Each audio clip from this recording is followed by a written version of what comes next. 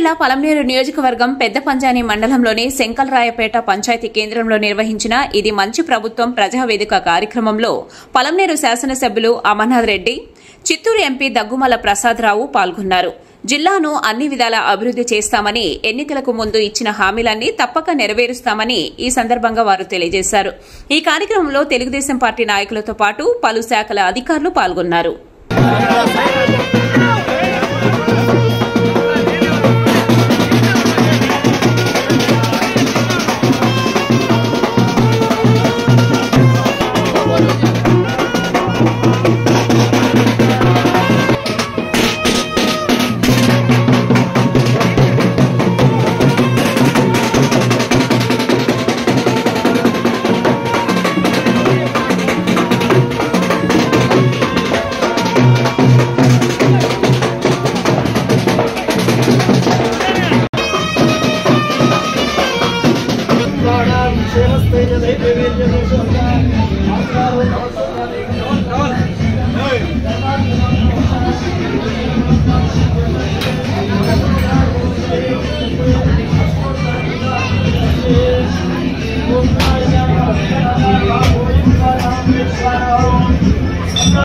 మనకి మంచి కారణాలు అయితే కొన్ని ఉన్నాయి. చంద్రబాబు నాయుడు గారు ఎన్నో త్యాగాలు చేసి సెంట్రల్ గవర్నమెంట్ లో చేరారు కాబట్టి ఎన్నో త్యాగాలు చేసి ఈ రాష్ట్రానికి ఫండ్స్ తీసుకొస్తున్నారు. మీరు అందరూ చూస్తుంటారు, మనకి బడ్జెట్ లో బ్రహ్మాండమైన ఎలకేషన్స్ వస్తున్నాయి. ఆ ప్రభావమే ఎన్ఆర్ఈజీ స్కీమ్ లో కూడా మనకి డబ్బులు వచ్చినాయి. ఆ ప్రభావమే ఇతర స్కీముల్లో కూడా డబ్బులు వచ్చినాయి. అవన్నీ అభివృద్ధికి వాడుకుంటున్నారు. అయితే అభివృద్ధి ఒక పక్కన, సంక్షేమం కూడా ఒక పక్కన చేస్తా ఉన్నారు. సంక్షేమం ఏం చేస్తున్నారో మీ అందరూ తెలుసు. పెన్షన్స్ అంతకుముందు చాలా కష్టపడేవాడు. అట్లాంటిది ఫస్ట్ తారీఖు వస్తేనే పెన్షన్ వస్తుంది. ప్రామిస్ చేసినట్టు 3,000 నుంచి 4,000 చేశారు. మిగతా కూడా 4-7 రకాలు ఉన్నాయి. ఎన్ని చేశారనేది అమర్నాథ్ రెడ్డి గారు వివరిస్తారు మీకు. అట్లాగే గ్రామాభివృద్ధికి కావాల్సిన రూరల్ గ్రామీణ ప్రాంతానికి కావాల్సిన అన్ని స్కీములలో కూడా డబ్బులు ఇవ్వడం జరుగుతుంది. దానికి రోడ్లు కానీ, తర్వాత చిన్న చిన్న బ్రిడ్జెస్ కానీ, డ్రైనేజ్ సిస్టమ్ కానీ, నీళ్లు సౌకర్యం కల్పించుకోవడం కానీ, ఇప్పుడే చెప్పారు చెరువు పక్కన ఉందని దాన్ని బాగు చేసుకోవడం కానీ, పూడికలు తీసుకోవడానికి కానీ, సమాధులు బాగు చేసుకోవడానికి కానీ, లేకపోతే ప్రతి గ్రామానికి కొన్ని రకరకాల రిలీజియస్ సమాధులు ఉంటే వాటిని నీట్ గా పెట్టుకోవడానికి కానీ, వీటన్నిటికి కూడా గవర్నమెంట్ మనకి సంక్షేమంగా ఇస్తుంది, అభివృద్ధి కూడా ఇస్తుంది. సో ఎన్ని చేస్తున్నారు కాబట్టి ఇది ప్రస్తుతానికి మనకు వచ్చిన స్కీమ్స్ అన్ని కాబట్టి ఇది మంచి ప్రభుత్వం అంటున్నాం.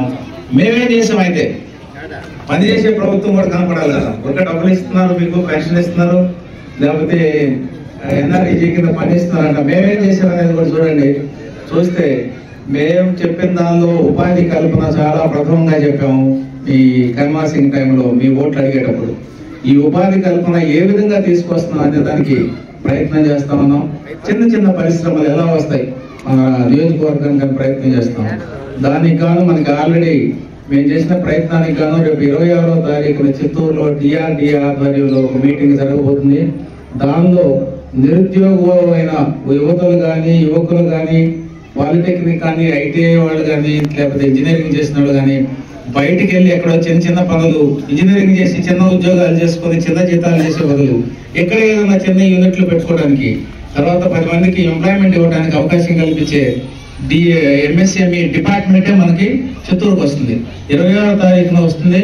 ఆ అప్పీల్ ఆల్ ది పీపుల్, ఈ నియోజకవర్గం కాదు డిస్ట్రిక్ట్ మొత్తం కూడా వచ్చి పెద్ద ఎత్తున మీ డౌట్లు తీర్చుకొని మీరు ఏం ఇండస్ట్రీ పెట్టదలుచుకొని, చిన్న చిన్నవి ఇండస్ట్రీ అంటే పెద్ద పరిశ్రమల కల్లా మీరు చిన్న చిన్నవి పెట్టుకుంటే లేక్ మిషన్ లాంటివి, లేకపోతే చిన్న పౌల్ట్రీ, చిన్న డైరీను, లేకపోతే ఏదైనా చిన్న కంప్యూటర్ సెంటర్, ట్రైనింగ్ సెంటర్, ఇట్లాంటివి మీకు ఉన్న ఉద్దేశాలు ఏంటో చెప్తే వాళ్ళు అది కానీ కరెక్ట్గా ఉంటే అక్కడే మీ అప్లికేషన్ తీసుకొని విజయవాడ వెళ్ళి 1 వీక్ లో దాన్ని ప్రాసెస్ చేస్తారు.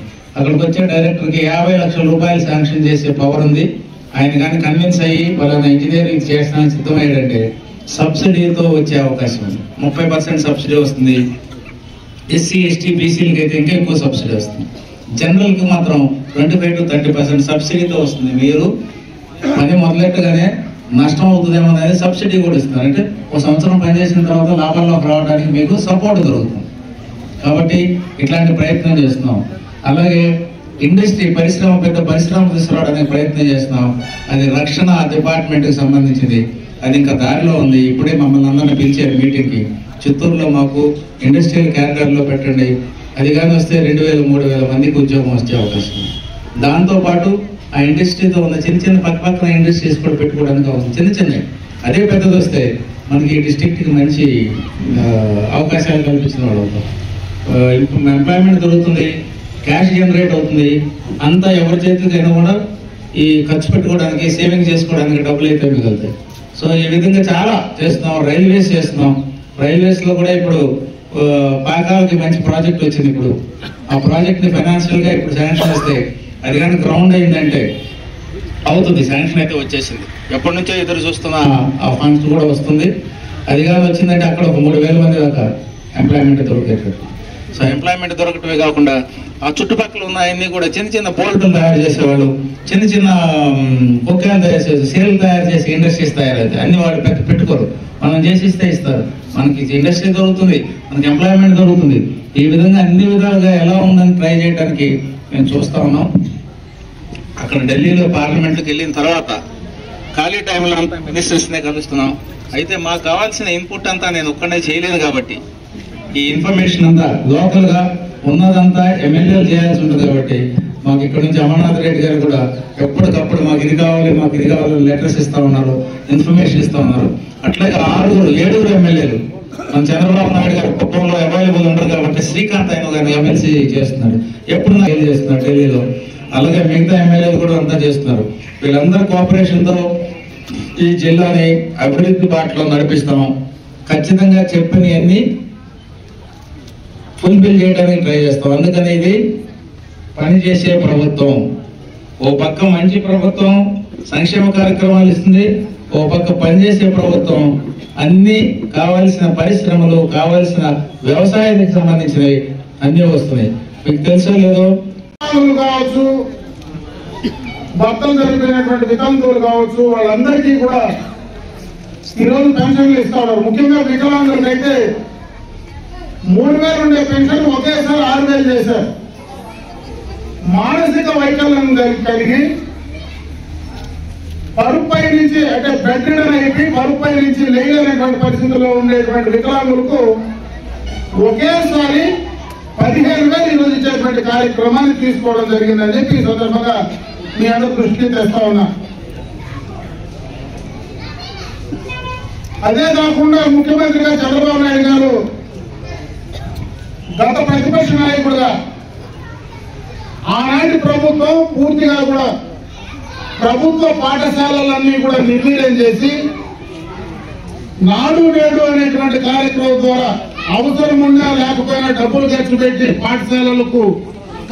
పాఠశాలలో విద్యార్థులు లేకుండా చేసి ఉన్నటువంటి విద్యార్థులకు చదువు చెప్పడానికి టీచర్లే లేకుండా చేస్తే చంద్రబాబు నాయుడు గారు గత ఎన్నికలకు ముందు గత ప్రభుత్వంలో జగన్మోహన్ రెడ్డి గారు ప్రతి సంవత్సరం డిఎస్సీ నేను ప్రకటిస్తానని చెప్పి మాట తప్పితే చంద్రబాబు నాయుడు గారు నేను అధికారంలోకి వస్తానే డిఎస్సీని అనౌన్స్ చేస్తానని చెప్పిన తర్వాత ఈ రాష్ట్రంలో ఉండేటువంటి నిరుద్యోగులందరికీ కూడా ఒకేసారి ఒకే పెన్ స్ట్రోక్ తో మొట్టమొదటి సంతకం ఆ యొక్క డిఎస్సీ పైన పెట్టినటువంటి సందర్భాన్ని ఒకసారి కూడా మీకు గుర్తు చేస్తా ఉన్నా.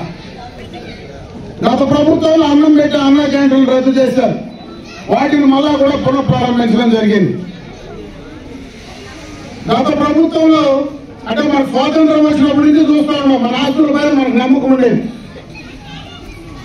కొత్తగా సర్వేలు చేయడం, కొత్తగా భూ హక్కు చట్టం, ల్యాండ్ టైటిల్ యాక్ట్ తీసుకురావడం, అదేవిధంగా మన పాస్బుక్ల పైన ఎప్పటి నుంచో మనకు రాజముద్ర ఉంటే దాని పక్క జగన్మోహన్ రెడ్డి ఫోటో పెట్టడం, వాళ్ళు సర్వేలు వస్తే ఎవరికి భూమి చెప్పకుండా లిటిగేషన్ పెట్టి వాళ్ళని బెదిరించి భయపెట్టి ఆ భూములు ఎక్కడ లాక్కుంటారు అని చెప్పి భయపడ్డాం. ఫ్రీ హోల్డ్ ఉండేటువంటి ల్యాండ్స్ అన్ని కూడా తక్కువ ధరకి ఆక్రమించి దౌర్జన్యాలు చేయడం, వీటన్నిటికీ ప్రధానమైనటువంటి కారణం గత 5 సంవత్సరాల్లో నా ఆస్తి నాకు ఉంటుందా లేదా అనేటువంటి భయంకరమైనటువంటి వాతావరణంలో రాష్ట్రంలో రైతాంగం ఉంటే మేము అధికారంలోకి వచ్చిన వెంటనే ల్యాండ్ టైటిల్ యాక్ట్ రద్దు చేస్తామని చెప్పి ఆ యాక్ట్ను కూడా రద్దు చేసినటువంటి సందర్భాన్ని ఒకసారి గుర్తు చేస్తాం. కార్యక్రమాలు ఉన్నాయి. మహిళా సోదరిమణులకు గ్యాస్ సిలిండర్లు ఉచితంగా ఇస్తామని చెప్పాం. మొన్ననే కూడా చంద్రబాబు నాయుడు గారు చెప్పారు, దీపావళి పండుగకు ఆ గ్యాస్ సిలిండర్లు మీకు అందించే కార్యక్రమాన్ని తీసుకోపోతా ఉన్నామని. అదేవిధంగా ఉచితంగా బస్సు సౌకర్యం ఏర్పాటు చేసేటువంటి కార్యక్రమం, దానిపైన కూడా బస్సులన్నీ కూడా పర్చేజ్ చేయడం జరిగింది. త్వరలోనే ఆ కార్యక్రమాన్ని కూడా శ్రీకారం చుట్టేటువంటి కార్యక్రమం త్వరలోనే కూడా చేయబోతా ఉన్నాం. అంటే అంచెలంచెలుగా గత ప్రభుత్వంలో ఏదైతే ఆర్థికంగా ఈ రాష్ట్రాన్ని పూర్తిగా దివాలా తీసినటువంటి సందర్భంలో వాటిని మళ్ళా గాడిని పెట్టే పరిస్థితి. ఈ రోజు ఈ రాష్ట్రానికి ఆదాయం రావడానికి ఎవరు పెట్టుబడిదారులే ఈ రాష్ట్రానికి రాకపోతే అటు రెవెన్యూ పరంగా ఆదాయం కానీ, చదువుకున్నటువంటి యువతకు ఉపాధి అవకాశాలు కానీ లేని సందర్భంలో చంద్రబాబు నాయుడు గారు మళ్ళీ కూడా ఆ నమ్మకాన్ని ఆ పెట్టుబడిదారులు కల్పించి ఆ పెట్టుబడి తీసుకొచ్చేటువంటి కార్యక్రమాన్ని ఈరోజు చంద్రబాబు నాయుడు గారు చేసే ప్రయత్నం చేస్తున్నారు. త్వరలోనే ఆ కార్యక్రమాలన్నీ కూడా రాష్ట్ర పాలనని గాడిలో పెట్టడమే కాకుండా రాష్ట్రానికి ఆదాయం తీసుకొచ్చి తద్వారా సంక్షేమాన్ని మీకు ఇచ్చే కార్యక్రమాన్ని తప్పకుండా చేయాలనేటువంటి నిశ్చయంతో ఈరోజు పనిచేస్తా ఉన్నారని చెప్పి సందర్భంగా మీ అందరి దృష్టికి తెస్తా